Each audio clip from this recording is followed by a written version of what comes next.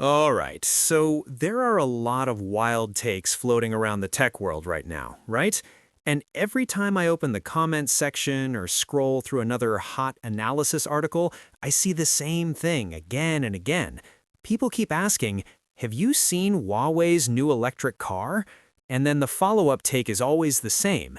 If this thing ever came to the US, we're cooked, completely cooked.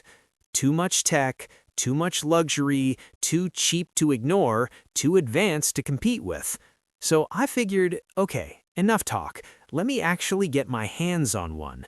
Let me really drive it, live with it, test it, and see if any of that is actually true. And honestly, yeah, there's something to all the hype. This right here is the Huawei Maextro S800 Pro. And before I even drove it, I already knew this was going to be a weird experience. Because Huawei isn't a car company. They're one of the biggest tech giants in China. They make phones, laptops, 5G equipment, smart home systems, earbuds, monitors, basically every smart device under the sun. But this is their push into the EV world. And the way they've done it is different. So let's start from the beginning. The car I've been driving for the last couple of weeks is the Huawei Maextro S800 Pro. This trim right here goes for around 330,000 yuan in China, which, depending on currency shifts, comes out to roughly $46,000 USD. And trust me, in about 5 minutes, that number is going to sound illegal. So basics first. This is a fully electric, luxury-oriented sedan with a 96 kilowatt-hour battery pack, dual-motor all-wheel drive, and around 620 horsepower, depending on the configuration. Range? About 340 miles. Again, already sitting right in the zone of something like a Tesla Model 3 Performance, which costs more here. Now, the outside. The first time I saw this car in person, I had that moment of, oh, this does not look like a first-generation product. Huawei had no previous car designs, no legacy shapes they needed to keep alive, no heritage lines to preserve, which means they were free, completely free. And you can see the freedom all over this thing. The headlights, very Porsche-esque, very turbo-inspired. The front fascia, somewhere between a Lucid and a Taycan. The side profile, a little Mercedes EQS mixed with Polestar clean lines. The tail light bar, it has this thick, premium shape that reminds me of Audi's design language more than anything else. And then there's this active rear wing. Yes, an actual active wing. Automatically adjusts its speed and looks like something Mercedes would put on an AMG GT if they felt playful. Individually, all of those influences are from cars way more expensive than this, but together, they create something that looks kind of shockingly premium. And we're not even inside yet, because once you step inside the Maextro S800, that's when it hits you. This is not a great car for the price. This is not a pretty good car considering it's Huawei. This is not a nice interior for a brand new EV maker. No, this is just a nice car, a genuinely premium car, period. The interior design follows that ultra-clean, ultra-modern luxury approach. Everything's smooth, cohesive, minimal without being empty, and everything you touch feels rich. The seats are heavily bolstered, heated, ventilated, massaging, all the features you expect in something well north of $60K.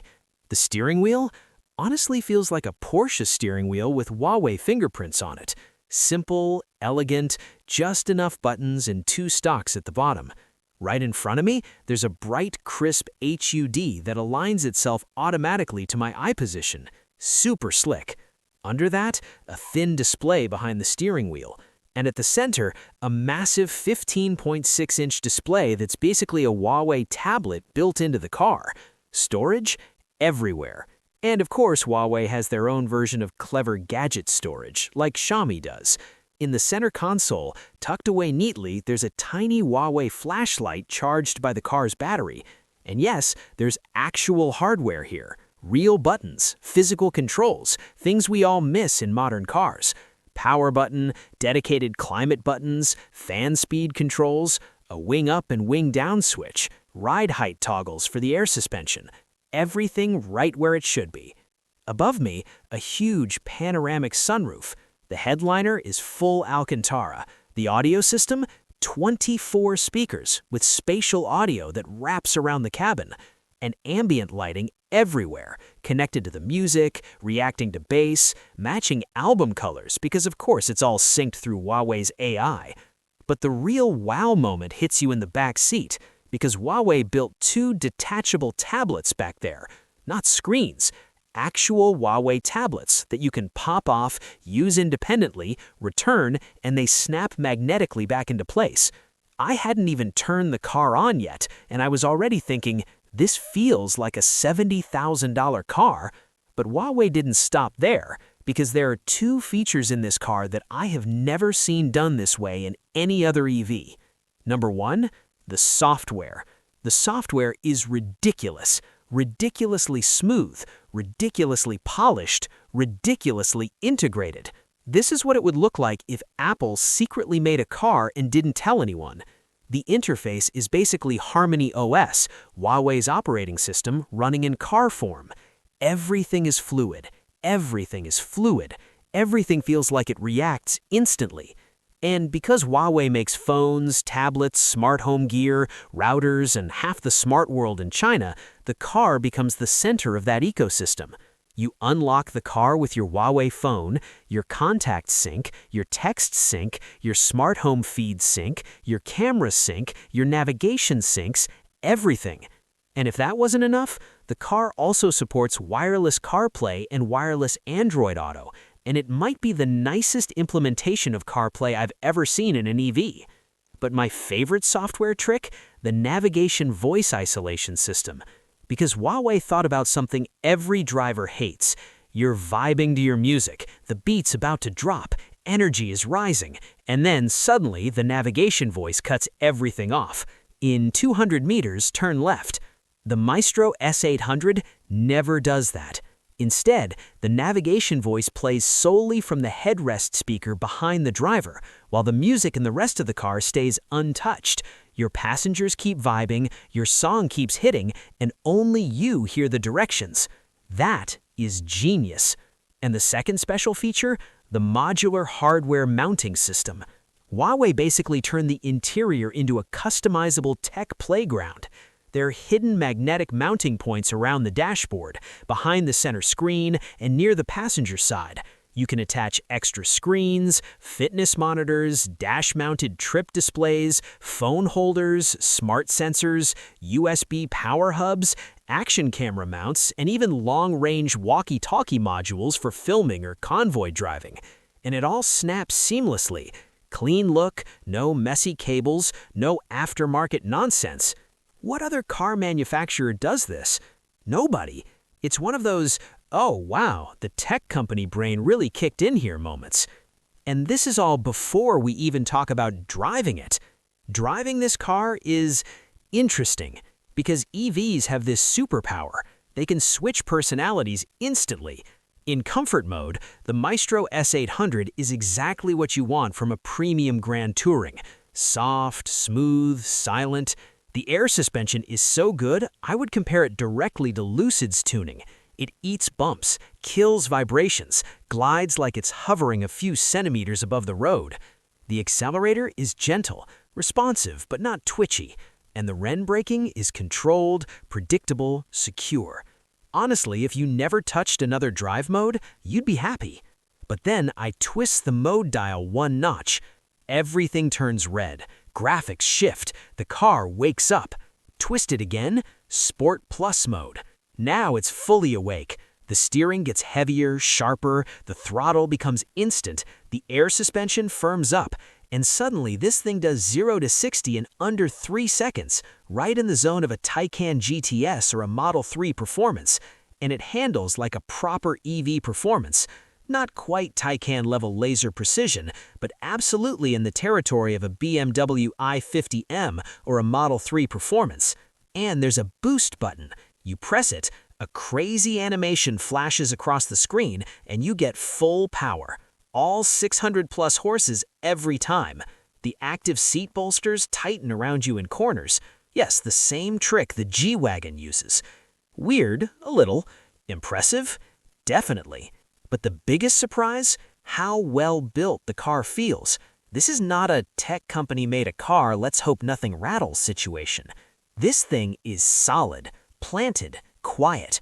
I don't hear wind, I don't hear motors, I don't hear the outside world. And then the active noise cancellation kicks in on top of that. It feels serene, almost too serene for a $46,000 car. And because you definitely notice the LiDAR box on top, yes, the Maextro S800 has Huawei's ADS Advanced Driving System. It's basically their version of Tesla FSD, and it's shockingly good. Not perfect, but very, very competent. Lane keeping? Excellent. Traffic handling? Smooth. Obstacle avoidance? Impressive. Turns? Clean. And again, this system is tuned for Chinese roads, not the ones I'm testing it on. Yet it still performs better than some legacy brands do on their home turf. Now, I tried to hate something about this car. Really, I tried. But every time I thought, okay, here's the downside, Huawei had solved it. Most EVs struggle with software. This one doesn't. Most first-time EV makers struggle with build quality. This one doesn't. Most tech companies over-engineer features nobody uses. This one actually nailed useful stuff. Most affordable EVs compromise on ride quality. This one rides like a luxury EV from a premium brand. And that keeps bringing me back to the burning question, are we cooked? So, are we cooked? Not yet, but I'm not gonna lie to you. This made me nervous, because this is a $46,000 car that easily feels like something that should cost $75,000 if it were sold in the US by a legacy brand. And that's the scary part, because when you take the car apart, there's no alien technology in it, no mystery battery chemistry, no impossible breakthroughs, no magic. It's just every good thing put together very, very well, at a price most companies cannot match. And that's the part that should worry everyone. Great software, great hardware, great ride, great build, great features, great performance, great range, great design, all in one car. And this is just the beginning for Huawei. So if something like the Maextro S800 landed in the US at $46,000, yeah, it would dominate, no question. But because of politics, tariffs, import restrictions, it probably won't. However, Europe, they're rumored to be getting Huawei cars by 2027.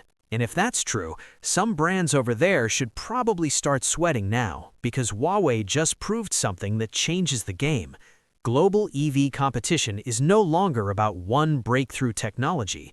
It's about stacking good things, stacking strengths, stacking value, stacking the experience so high that competitors can't match it at the same price. And the Maextro S800 is the perfect example of that. It raises the ceiling for EVs, for tech, for expectations, for what a $45K car can feel like. So yeah, we might not be cooked today, but tomorrow, if cars like this keep getting better and more of them start reaching international markets, well, let's just say the kitchen is heating up. Thanks for watching.